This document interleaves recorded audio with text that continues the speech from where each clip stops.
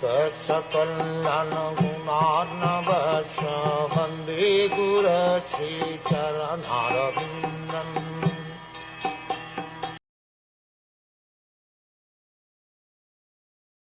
Lord Brahma then praised Kardama Muni's 9 daughters, saying, "All your thin-waisted daughters are certainly very chaste. I am sure they will increase this creation by their own descendants in various ways."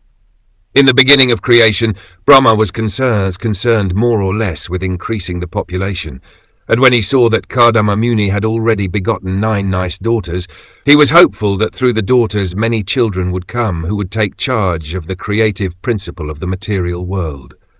He was therefore happy to see them. The word Sumadhyama means a good daughter of a beautiful woman. If she has a thin waist, a woman is considered very beautiful. All the daughters of Kardama Muni were of the same beautiful feature. Therefore, today please give away your daughters to the foremost of the sages, with due regard for the girls' temperaments and likings, and thereby spread your fame all over the universe. The 9 principal rishis or sages are Marichi, Atri, Angira, Pulastya, Pulaha, Kratu, Phrigu, Vasishta and Atharva. All these rishis are most important, and Brahma desired that the 9 daughters already born of Kardama Muni be handed over to them. Here words are used very significantly, yatha shilam and yatha ruchi. The daughters should be handed over to the respective rishis, not blindly, but according to the combination of character and taste. That is the art of combining a man and woman. Man and woman should not be united simply on the consideration of sex life. There are many other considerations, especially character and taste. If the taste and character differ between the man and woman, their combination will be unhappy. Even about 40 years ago, in Indian marriages, the taste and character of the boy and girl were first of all matched, and then they were allowed to marry. This was done under the direction of the respective parents. The parents used to astrologically determine the character and tastes of the boy and girl, and when they corresponded, the match was selected. This girl and this boy are just suitable, and they should be married. Other considerations were less important. The same system was also advised in the beginning of the creation by Brahma. Your daughters should be handed over to the rishis according to taste and character. According to astrological calculation, a person is classified according to whether he belongs to the godly or demoniac quality. In that way, the spouse was selected. A girl of godly quality should be handed over to a boy of godly quality. A girl of demoniac quality should be handed over to a boy of demoniac quality. Then they will be happy. But if the girl is demoniac and the boy is godly, then the combination is incompatible.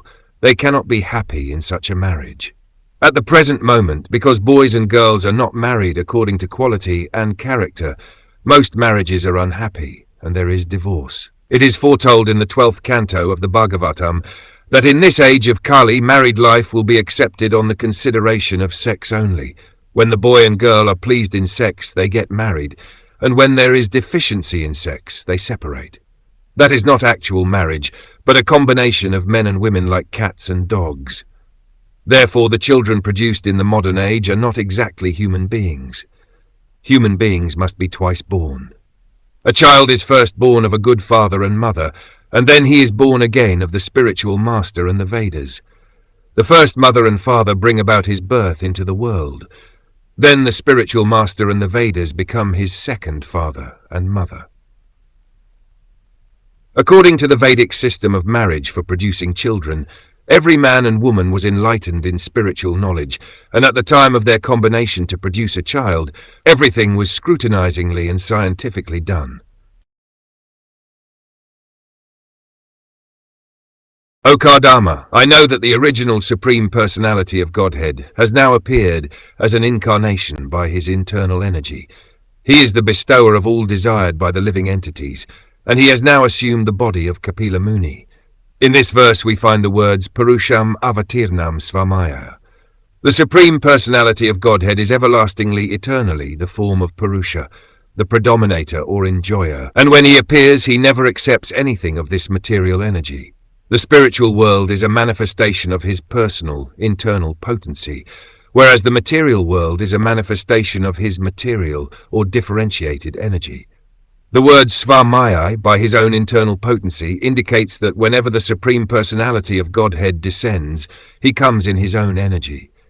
He may assume the body of a human being, but that body is not material. In Bhagavad Gita, therefore, it is clearly stated that only fools and rascals, mudhas, consider the body of Krishna to be the body of a common human being. The word Shavadim means that he is the original bestower of all the necessities of life upon the living entities. In the Vedas also it is stated that he is the chief living entity and that he bestows all the desired necessities of other living entities. Because he is the bestower of the necessities of all others, he is called God. The Supreme is also a living entity. He is not impersonal. As we are individual, the Supreme Personality of Godhead is also individual, but he is the Supreme Individual. That is the difference between God and the ordinary living entities.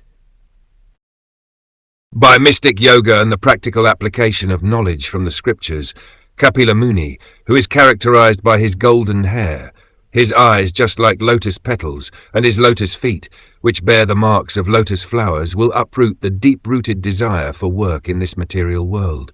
In this verse, the activities and bodily features of Kapila Muni are very nicely described. The activities of Kapila Muni are forecast herein. He will present the philosophy of Sankhya in such a way that by studying his philosophy, people will be able to uproot the deep-rooted desire for karma, fruitive activities. Everyone in this material world engages in achieving the fruits of his labor. A man tries to be happy by achieving the fruits of his own honest labor, but actually he becomes more and more entangled. One cannot get out of this entanglement unless he has perfect knowledge or devotional service.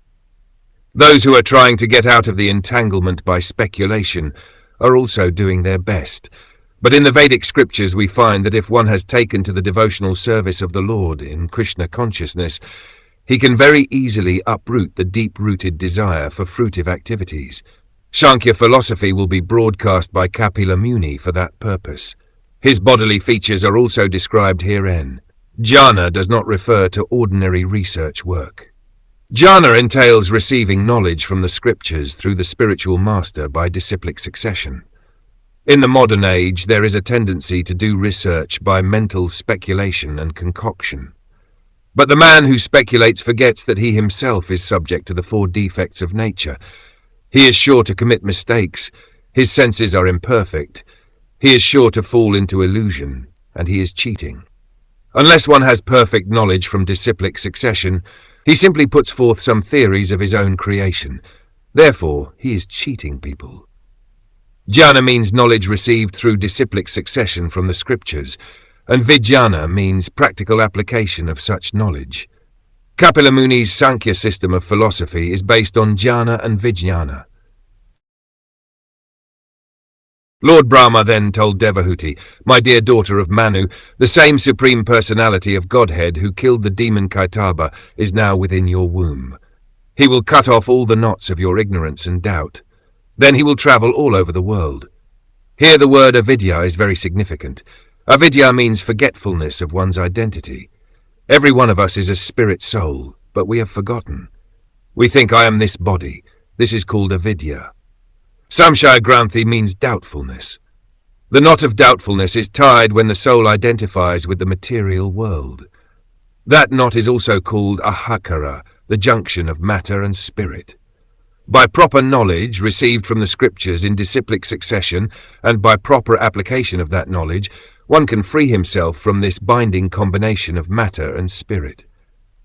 Brahma assures Devahuti that her son will enlighten her, and after enlightening her, he will travel all over the world, distributing the system of Sankhya philosophy. The word samshaya means doubtful knowledge. Speculative and pseudo-yogic knowledge is all doubtful. At the present moment, the so-called yoga system is prosecuted on the understanding that by agitation of the different stations of the bodily construction, one can find that he is God. The mental speculators think similarly, but they are all doubtful.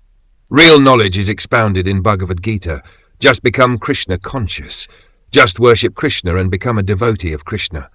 That is real knowledge, and anyone who follows that system becomes perfect without a doubt. Your son will be the head of all the perfected souls. He will be approved by the acharyas expert in disseminating real knowledge, and among the people he will be celebrated by the name Kapil. As the son of Devhuti, he will increase your fame. Sankhya philosophy is the philosophical system enunciated by Kapil, the son of Devhuti. The other Kapil, who is not the son of Devhuti, is an imitation. This is the statement of Brahma, and because we belong to Brahma's disciplic succession, we should accept his statement that the real Kapil is the son of Devhuti, and that real Sankhya philosophy is the system of philosophy which he introduced and which will be accepted by the acharyas, the directors of spiritual discipline. The word susamata means accepted by persons who are counted upon to give their good opinion. Sri Maitreya said, after thus speaking to Kardama Muni and his wife Devhuti, Lord Brahma, the creator of the universe, who is also known as Hamsa, went back to the highest of the 3 planetary systems on his swan carrier with the 4 Kumars and Narad. The words Hamsena Yanana are very significant here. Hamsayana, the airplane by which Brahma travels all over outer space, resembles a swan. Brahma is also known as Hamsa because he can grasp the essence of everything. His abode is called Tridhamma Paramam. There are 3 divisions of the universe: the upper planetary system, the middle planetary system, and the lower planetary system, but his abode is above even Sidlok, the upper planetary system. He returned to his own planet with the 4 Kumars and Narad because they were not going to be married. The other rishis who came with him, such as Marichi and Atri, remained there because they were to be married to the daughters of Kardama. But his other sons, Sanat, Sanaka, Sanandan, Sanatan and Narad, went back with him in his swan-shaped airplane. The 4 Kumars and Narad are Naishtika Brahmacharis. Naishtika Brahmachari refers to one who never wastes his semen at any time. They were not to attend the marriage ceremony of their other brothers, Marichi and the other sages, and therefore they went back with their father, Hamsa.